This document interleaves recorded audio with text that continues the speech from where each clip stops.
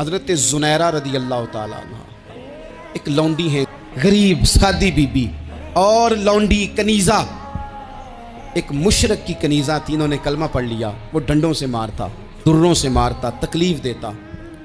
حضرت زنیرہ رضی اللہ تعالیٰ عنہ کو اتنا مارا، اتنا مارا، مار بھی پڑ رہی ہے پر خدا ادھر ہی ہے، اللہ کی مدد ادھر ہی ہے۔ رب کہتا ہے کہ پہلے تو صبر کرنا، ان اللہ مع الصابرین، تو صبر کرے گا تو پھر رب کی معیت ملے گی۔ تو کہے اللہ میرا رب ہے، پھر تو پہلے ڈٹ، پہلے تو نے ڈٹنا ہے۔ جو ڈٹ گیا، ڈٹنے والے کے لیے مدد آتی، پہلے تھوڑا ٹھہرنا پڑتا ہے، پہلے تھوڑا صبر کرنا پڑتا ہے، حوصلہ کرنا پڑتا ہے، اس کے بعد مدد آتی۔